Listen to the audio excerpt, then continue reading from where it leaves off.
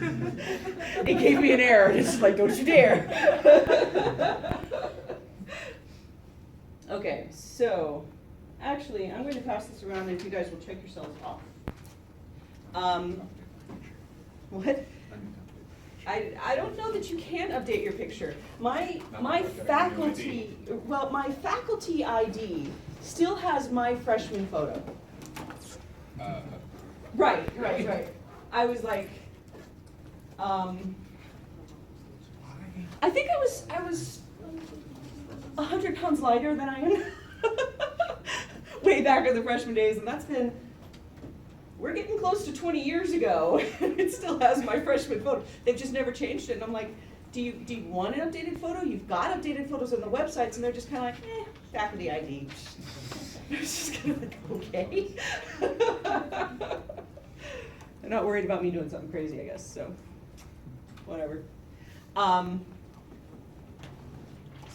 So just in general, actually, I'm still missing 1, 2, 3, 4, 5, 6, 7, 8. Got 2 emails. So we're still missing 3 people probably. For reference, actually, most of the class sessions are going to be recorded. All right. Now, how that works? Did the middle get it? Some days I will use what's called Big Blue Button, which is an application on the Moodle website, and some days I will do this. And all this is, Swivl captures, it uses my cell phone to, we're just going to leave it on that page. It uses my cell phone to do the recording. Of course, now the tracker's screwed up because I dropped it. And with this, I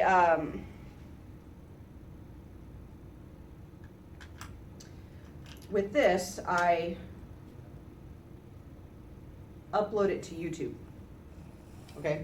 And when it comes to YouTube, you're kind of like, it will be a private video. It's not a video that gets shared.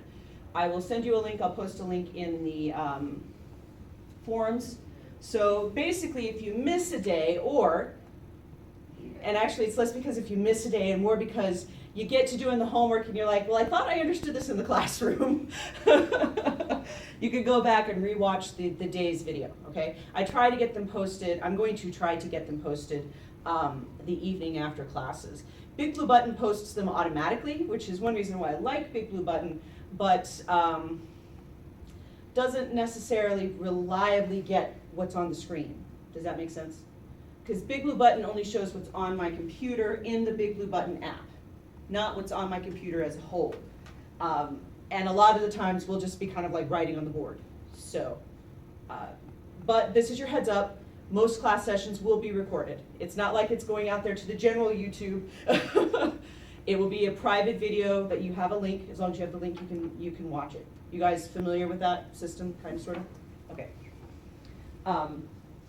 So, and I don't mean that to freak you out. I mean that for you to be able to review. If you're having trouble understanding something, to go back and rewatch it a little bit, okay? Now, with the video on the cell phone, and I can tell even on this, it's going to be kind of, haven't quite worked out which lighting works best, because it either handles the board really well or it gets me really well. And in most instances, I would prefer I get the board really well, so I will probably be difficult to see, okay? But anyway, so this is Japanese 1, Introduction. 3-hour course, that was on the first slide. My name is JN101. Lockhart.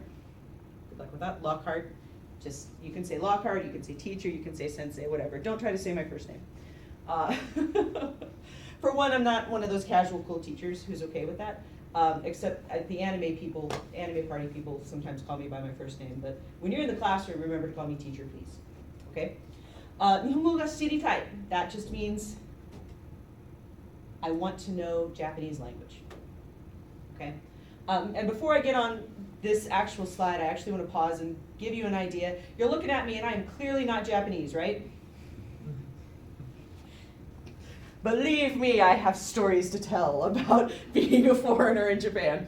I took Japanese as an undergraduate here way back in the day. And then I went and studied abroad for a full year. I am the first American to have passed all of the courses at Aichi University. and a first student from SEMO also. So when they discovered I was still in the area after graduation and they needed a Japanese teacher, they're like, hey, are you comfortable doing 1 and 2? And I'm like, yeah, sure. You may think that this is going to be an easy course. It's not. Come on in. Even for those of you who already know kanji, this isn't going to be an easy course. Okay? Because I designed this course between Japanese 1 and Japanese 2.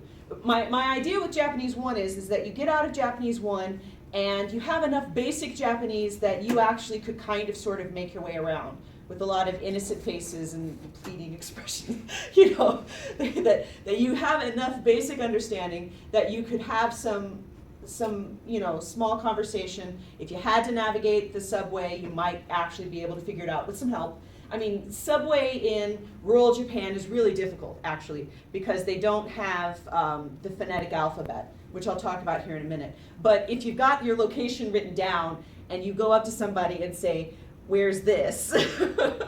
Or you just like show it to somebody in the subway, they're going to be like, oh yeah, you need to do, it's right here, this much, that train. So that's my goal with this course. And that's actually quite a bit of information in Japanese 1, right? We're going to cover some of what you're going to expect. And this is just an introductory day. There we go, okay. Let me give you the good news about the Japanese language. First off, there is no word gender. Or French. Yay, no word gender. They don't have that. For the most part, no plurals. So when you're talking about a sentence that is essentially, there's, in English we would say there's a student in the classroom, and in Japanese they just say student in classroom is. But student could be 1 student or it could be 10 students. Yeah. Which on one hand makes it easier when you're trying to put something together, right? But on the other hand, it's like, you have to remember to ask how many. How many are going to be in that room. Now, verb conjugation doesn't change with the subject. Like in English, I run, he runs. Yeah, runs. They run, yeah. And actually in some languages, if the subject is feminine or masculine, the verb changes, right? Not in Japanese. It's all the same. So that's nice. Only 3 basic styles of verb conjugation. What I mean by that is like they've got group 1, group 2, and group 3 verbs. And group 1 verbs are always conjugated the same way. Group 2 verbs are always conjugated the same way. Group 3 has their pattern, okay? So 3 basic patterns to memorize and that's it. The problem comes between, okay, is this a group 1 or a group 2? You kind of just have to memorize that.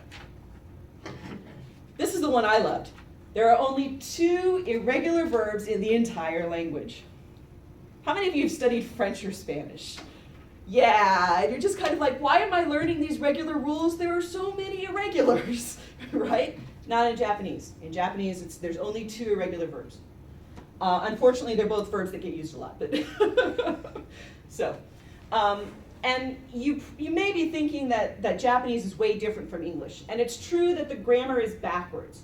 But when it comes to how do we phrase things and how do we think about things, the truth is the Japanese and Americans actually kind of think the same way. And the example I have here is we use a negative sentence sometimes to like coax a person to saying, yeah, you really want to go, right? Don't you want to go? That's not asking them, you don't want to go, really, right? When you say, don't you want to go, you're really kind of saying, come with me, right? Japanese do that too. There's a lot of thinking structures like that once you get over the grammar being backwards, it's like, oh, hey, they do the exact same thing we do, which is actually kind of neat. Kind of hurt your head, though, at first. No trick sounds. French. I took French, by the way. I took French, I took Spanish, I've taken Latin, Gaelic. I'm one of those weird people, I just enjoy languages, okay?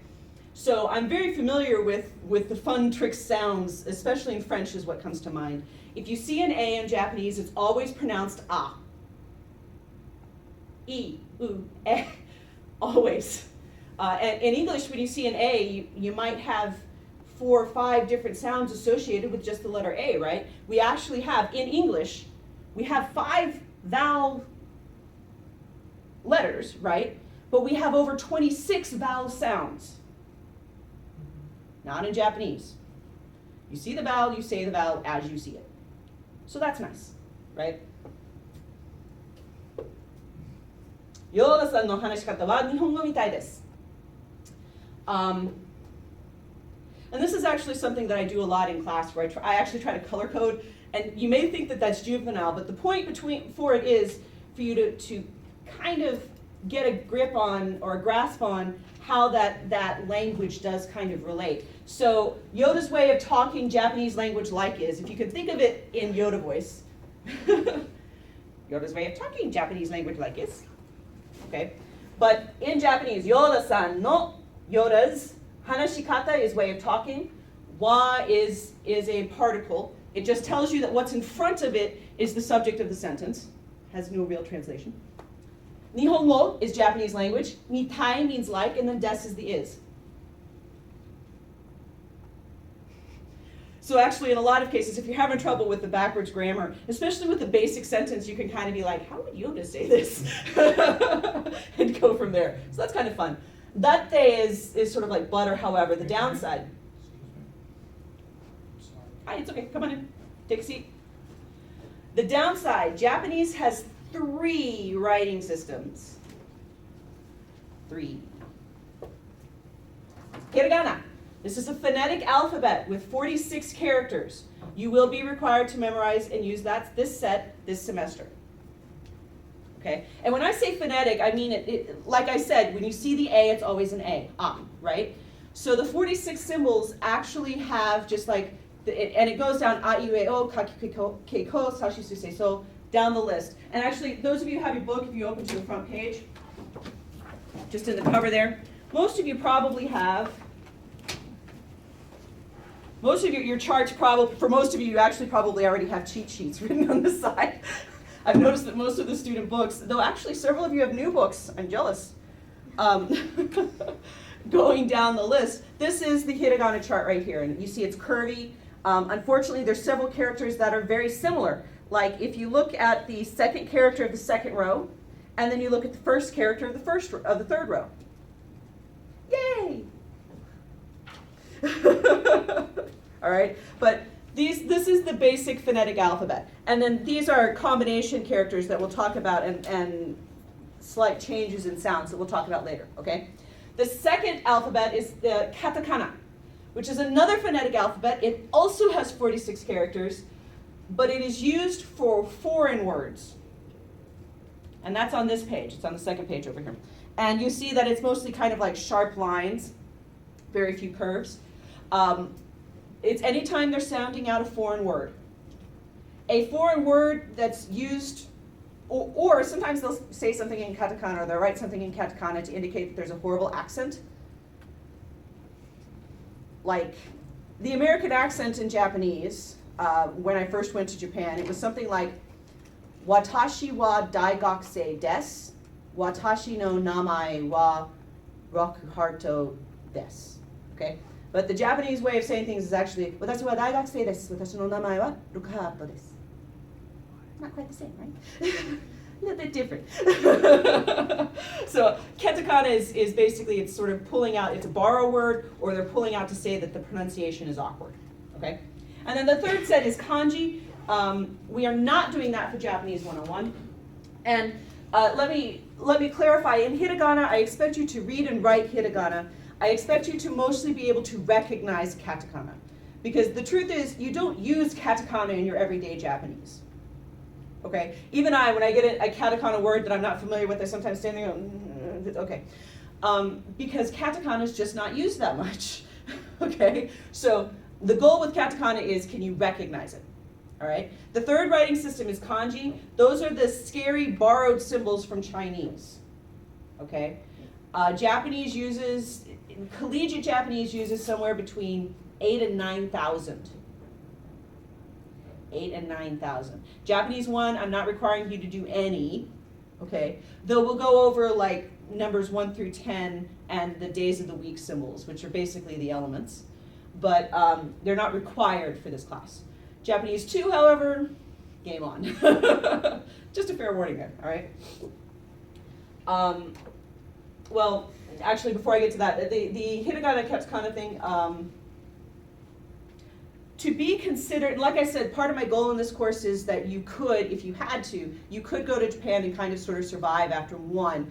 The Japanese consider you literate if you can read hiragana and katakana. To be considered literate in Japan, you don't actually have to know any kanji. Now, will knowing kanji make a difference in how easily you get around? Absolutely. But like the news broadcasts in Japan, when they're doing the news, the broadcasters literally, they have a newspaper that they put on the screen, and the broadcasters read the newspaper.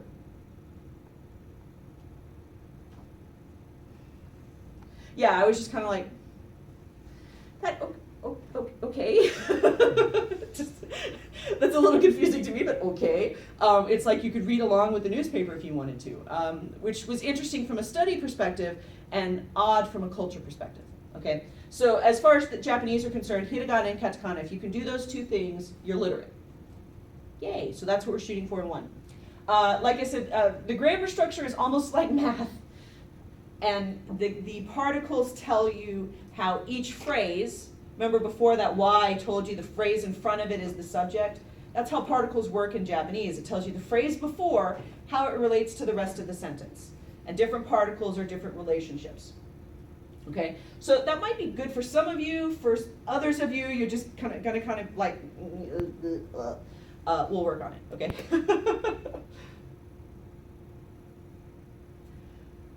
Fundamentally, and this is actually kind of the hard one, fundamentally different word meanings and categories. For instance, there are 3 different words that mean to be in Japanese. There are 3 different types of to be. One is a description. My sweater is blue.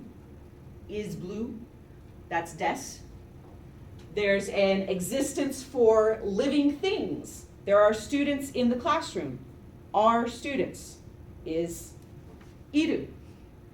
And if it's an inanimate object, it gets aru. So tables and pencils and things like that. Dead bodies. If you're I use that as an example because right now there's a zombie show, an anime zombie thing that's been making the rounds amongst anime party. And when you watch the English dubs, it doesn't always make sense why some of the characters go, ah! And the point is that they're using a different is in Japanese. And that is, sorry, that's a bunch of misses. That to be verb is weighted with a bunch of sort of unspoken meaning that doesn't translate well into English. But they're literally responding often to the is for an inanimate object when she's obviously standing and walking around. Well, the point is she's a zombie, so she's not alive, and so some of them use the inanimate object. Right, yeah. So, subtle differences in some of the meanings, and the categories are slightly different. So that's one of the difficult, confusing things about Japanese. Okay, we'll work on it. I'll take it step by step, okay? There are more basic parts of speech than in English. And what I didn't put on here is also that the parts of speech, yeah, you might not like grammar. I don't care if you know what a gerund is or not. We are going to have to touch on how English grammar and Japanese grammar relate to one another. Because, for instance, in English, a direct object, I hit the ball. The ball is the direct object of the verb, receiving the action. What's a direct object in English isn't always a direct object in Japanese, because they have a couple more parts of speech. Fun. Now, we're not going to cover that a whole lot in Japanese 1. It'll be at the end of the semester, and I'll kind of give you an introductory to it all, because getting it clear and really understanding the differences in those parts of speech is more going to happen in Japanese 2. Okay? Not gonna lie.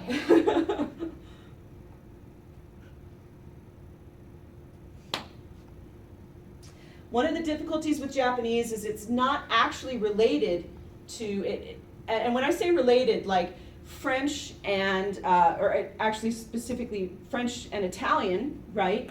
Those are both Romantic languages that are connected to Latin. And so those are what we call related languages. Some of the words actually are very similar. And to a certain extent, that's true between French and Spanish, right? They both have like vous and nu and things, sorry, yeah.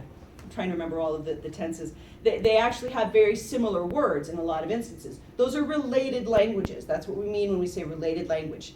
Japanese isn't a related language to anything else. So it's kind of hanging out there. As with most languages, it's not easily self-studied.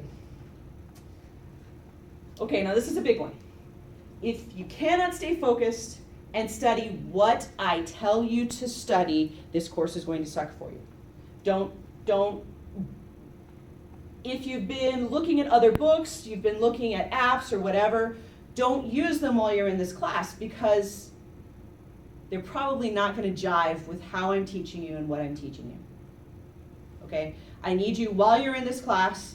Believe me, I'm going to give you a lot of stuff to memorize. I'm going to give you a lot of stuff to work on. You should have zero reason to be going out. If you're confused, ask me.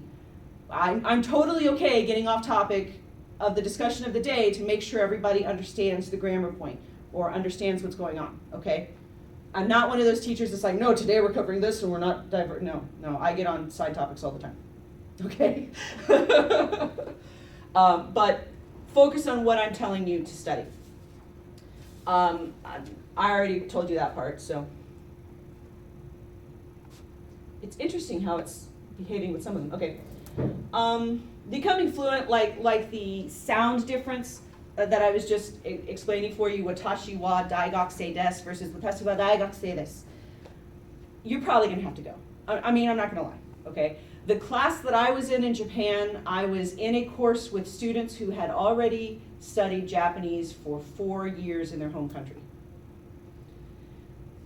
We had some courses that we were split up, obviously, like writing, because they were way more advanced in kanji than I was, so we kind of had mixed courses in that. But when it came to discussions and things like that, I was right in there with those 4-year students. And I busted my ass. By the way, if you've got a problem with basic cussing, I don't allow cursing by deities or things like that, but ass and things like that, sorry, deal with it. You're in college. I busted my ass, and by the end of the year that I was there, I outscored the students who started out with 4 years of study. And that's partially because I busted my ass, it's partially because I had teachers who met with me after. And some of the things that I did was like I had my, you have those audio discussions with the textbooks, and it was play, can I hear all the sounds? No, all right, rewind, play, rewind, play, rewind, until I heard all of the sounds in the dialogue. And then it got to one point where we were having a test, and she told us, it's going to be one of these 7 dialogues, and I'm going to be person A, and you're going to be person B, and you have to respond appropriately. And so what did I do? I went and memorized all 7 dialogues.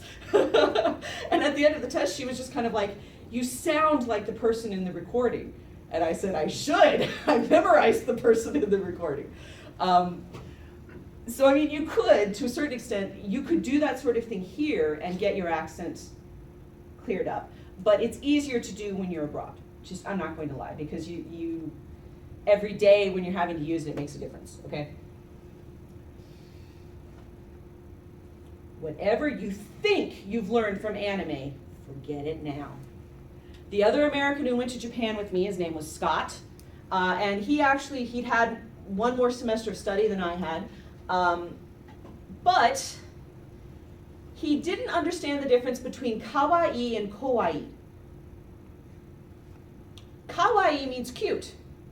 Kawaii means scary. So he'd run up to girls that he thought were cute and be like, kawaii desu, and they'd just be like, get away, strange person.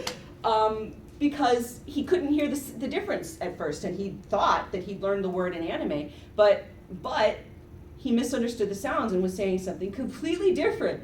I let it go on because Scott had annoyed me. I let it go on for about a month before it was like, okay, Scott, this is getting old now. We need you to understand the difference between these two words. At which point he got a lot of dates. But the point is that if you're an anime person, if you've been listening to Japanese a whole lot, chances are you're not hearing all of the sounds because Japanese speak so quickly when they speak native. And some of the sounds just kind of like bash together. You might not be saying the word you think you're saying. And there's so many homonyms, words that sound similar in Japanese. So be careful with that. We'll be starting with baby Japanese. Like, I wear sweater. I go to store. And see, that sounds awkward in English, right? Where you're just using the simple present tense. Because in English, we typically say, I am going to the store. Okay? That's a present progressive.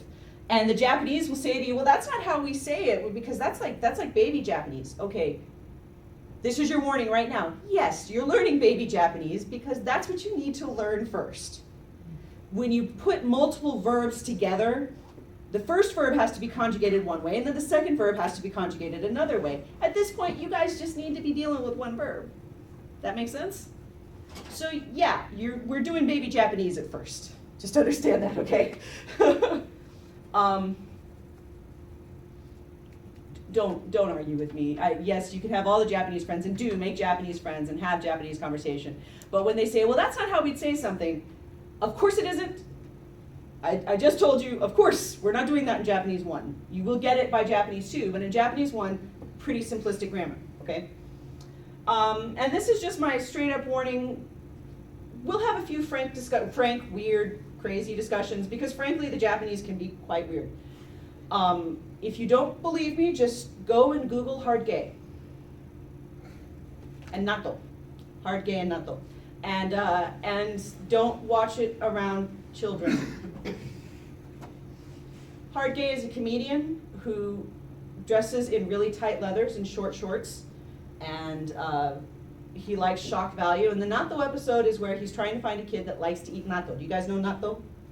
It's a breakfast, it's a bean that they eat at breakfast. It's fermented. They put a raw egg on it. It smells. I'll find a picture for you. But at the beginning of the episode, he has the container tucked in his, as I've already told you, super tight shorts in the front. And he has the little kids pull the natto out of his shorts. Yeah, totally okay on Japanese TV. That's not even the weirdest thing I saw, okay? So some of our discussions, just by the basis of as you start looking at Japanese things, as you start getting into more of the culture thing, you might just be kind of like, this kind of looks weird. And it'd be like, yeah, okay, so it's time to have that discussion. This is just your heads up. Some of our discussions are going to be weird and maybe even a little embarrassing. Okay? Make sense? I'm just warning you, all right? Now, as for the nitty-gritty grading, I generally do 4 tests. That assumes that we don't have crazy weather or I don't get sick or something like that, but or funeral or weird things happen in the semester. If it's my fault, I don't hold that against you, all right? But the plan is 4 tests. Journals where I will give you a topic to write about, and you'll be writing in English, not in Japanese on these, okay? I will give you culture things to look at, and I want you to respond to them, all right? Participation is about 200 points. Homework and quizzes will be assigned as needed. When people stop showing up to class, I start having quizzes, and how that works is the more people who are absent, the more points the quiz is worth. I'm not nice.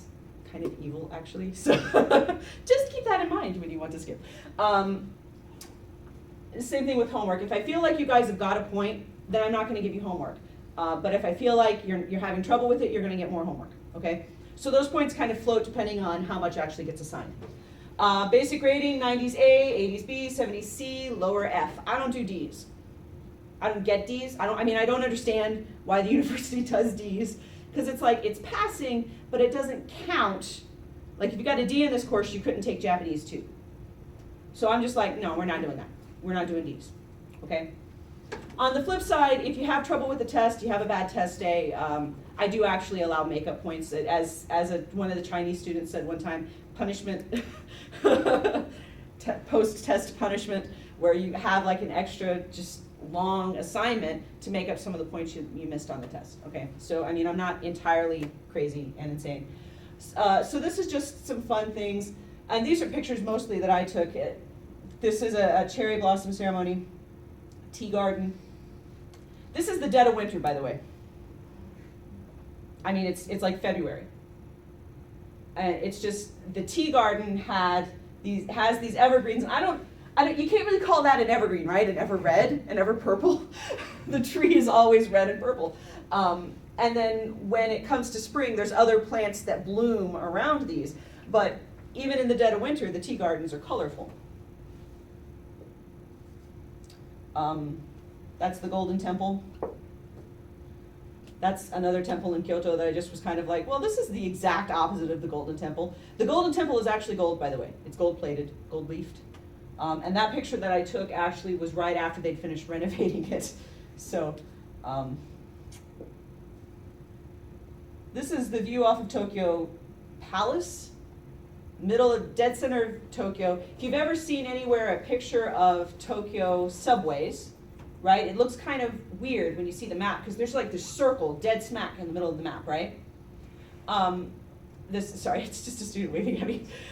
There's the circle dead smack in the middle of the map because that circle is Tokyo Palace, and the subways are not allowed to get close to the palace.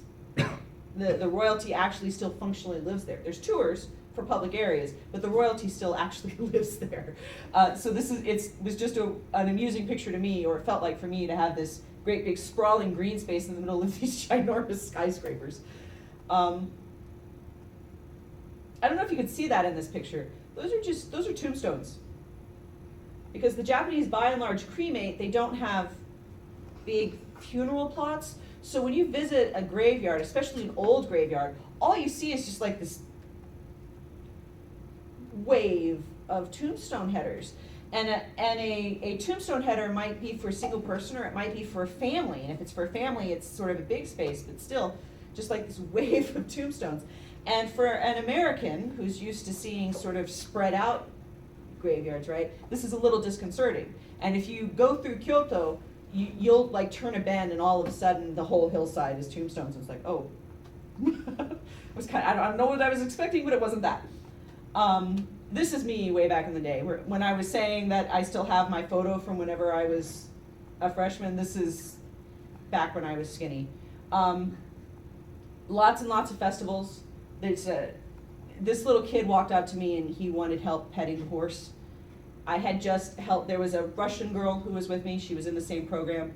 She wanted to pet the horse, but she was terrified of the horse because it was a big horse. Well, I mean, any of you familiar with horses at all? This isn't a big horse. And I'm just like, that's not a big horse. And it's a tired horse. It's a nice horse. It's not going to bite you as long as you don't like hit it or something. So I walked over there and like coaxed her through petting the horse. The little kid wanted to pet the horse too. So he runs up to me and he tugs on my jacket, and I'm like, okay, yeah, fine. And the universal, it's like, okay, fine. So I pick the kid up and he starts petting the horse. And this is a wave of, every adult surrounding us took pictures of me holding this kid. And I'm like, am I about to get arrested? This smile is the, hi? And no, the answer was just that it was like, a foreigner! And they're with a horse, and there's a kid, and it's adorables! And so everybody took pictures. And the next time I walked by this temple, by the way, one of the monks comes running out after me, which is a weird experience too, by the way. But he comes running out after me with this case of, it's a copy of all the photos. That all the people who were there printed out a copy of the photos for me. So I have like 15 different angles of this. Maybe more than that. I know I have at least 15 though. And slightly different seconds along the way. And I kind of feel sorry for that kid, because I know that kid probably hears about it even today. Remember that time, that foreigner? Because when you're in a small town and you're a foreigner, you stick out. Especially if you've got kind of light colored hair. And you can see, I mean, I'm not blonde, but I'm definitely not black or brown or dark brown, right? I stuck out in a crowd. So I mean, this was kind of neat at some times. It was kind of weird at other times. And as I was kind of saying, when it comes to this is me at a tea ceremony, you kind of stick out when you're a foreigner. This is the owner of the tea company, and this tea house is where that tea garden picture was taken, by the way. But you can kind of see it in the background there. And I can tell you, without reservation, I would rather wear a corset. I would rather wear a corset. I have a kimono. I would rather wear a corset. Especially because at the time, because I was, like I said, quite almost 100 pounds lighter than I am right now, and Japanese clothing don't do that. So they had to literally just like bind as tight as they could in all the curvy places, which means when you're in a kimono, you kind of just like walk like this. That's all I could move. I'd rather be in a corset. It just like really, especially in the shoes, but anyway. Several classic traditions, but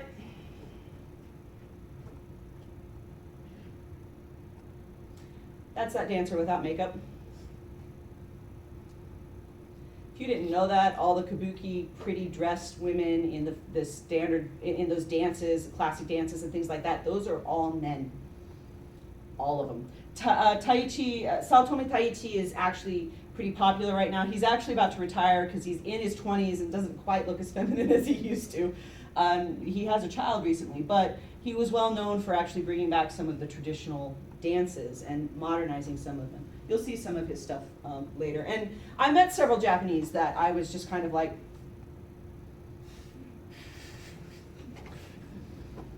and there are anime scenes, especially older anime, where like the main character is just kind of like, let me feel the chest, or is there something, you know, because you just like, and I had that experience several times where even after they spoke, it was like, wait, guy or girl, just because some of them are, and I don't want to say effeminate looking, it's just that the face structure of many Japanese actually tends to be quite round, and so given certain haircuts especially, like haircuts like this, which a girl would wear too, you sometimes just are like, takes a moment. And I actually ran into a couple people that for quite some time I thought they were female until they got drunk and were no longer wearing clothing. It was like, oh. Japanese, when they get drunk, they strip. Most frightening things, and this is just for some laughs and some grins at the end, okay? And this actually was one of the singularly most terrifying things that, I don't know, can you see that picture very well at all? This is a cafeteria machine. Most school cafeterias have them, and in fact some restaurants have them, where instead of giving your order to the waiter or waitress, you go to essentially a vending machine, you find what you want to eat, and it tells you, okay, beef curry, 600 yen. You put in your 600 yen, you push the button, it gives you a ticket, and you take the ticket to the counter and they make your food. And when it comes to something like beef curry, okay, that's fine. But what about that? or that, or that. And even if you can read it, like this is zaru soba. How many of you know what zaru soba is? I know what soba is. Right, soba's noodles. It's like, okay, zaru. Zaru sounds a lot like monkey, so I was kind of like, maybe not what I want to try. I actually, for over a month at the school cafeteria, I ate nothing but beef curry because it was the only thing that I could read and that I knew what it was. And to make things worse, at the school cafeteria, they had separate stations. Like, this is the rice station, this is the noodle station, this is the cold station, and this is the special station. And then there's the tabletops for like okonomiyaki, which is kind of like pancakes with cabbage and meat in them. Okay, and so they're table fried. So you had to go to the right station with your food. And so for more than a month, nothing but beef curry. And finally the people who worked in the back were just kind of like, you must really like beef curry. And I said, nope, it's the only thing on that machine I could read. And they were like, they were very, very, actually they were very embarrassed. And they made a list for me. And gave the list to my teacher actually, and then the teacher was like, okay, here's what all these dishes are, and here's where you go. And it became a lesson one day because I was like, well, I don't know. And actually, henceforth, from that point forward, the cafeteria people would periodically like make extra of something, and they'd just be like, oh no, we had extra today, so try this. This is this one. But like some of the things they would make extra for me, they had to have gone out of their way to make extra. So they were super sweet to me and super nice. An advantage of being female with pale-ish colored hair and pale eyes, they were, well, and actually some of it's just that the Japanese are really nice. And they were very embarrassed to realize that for a month I was eating the same meal because it was the only thing I could reliably read. So they went out of their way from that point on to make sure that I tried all the other dishes and knew what they were. But when you first walk in, you're just kind of like, in a nice restaurant, by the way, they will have a picture menu, or they will have plastic displays, and you can just kind of go, I want that. It's okay for you to take the waiter or waitress and go, I want that. Go up to the display, and they're like, oh yeah, okay, no problem. Completely okay for you to do that, even in a nice restaurant, because that's what it's there for. Because again, remember what I said about the reading systems? To be literate, you only have to know hiragana and katakana. Well, those fancy food dishes were kanji names, and they don't actually expect everyone to understand that, so they have displays. But at a school cafeteria, they didn't have those nice displays. So that was my first terrifying thing. This was my other terrifying thing, and this is more of a laugh. That's a toilet. And you squat. That's the answer. How many of you had heard that you're supposed to switch out shoes when you go to the bathroom in Japan? Only a couple of you? Okay. Well, they have slippers. You're supposed to take your shoes off when you go into the house, and you have house slippers. But then there's also bathroom slippers. You step out of the house slippers and into the bathroom slippers. And this is why there are bathroom slippers. Because it might splash. Gross thought for the day. So they keep the bathroom slippers in the bathroom so that when they clean the bathroom, they clean the slippers, and you don't bring the possible contamination from the bathroom out to the rest of the house. So when you first hear about it, it seems like it's a weird, just like custom or whatever, but when you actually see one of these toilets, and this isn't even the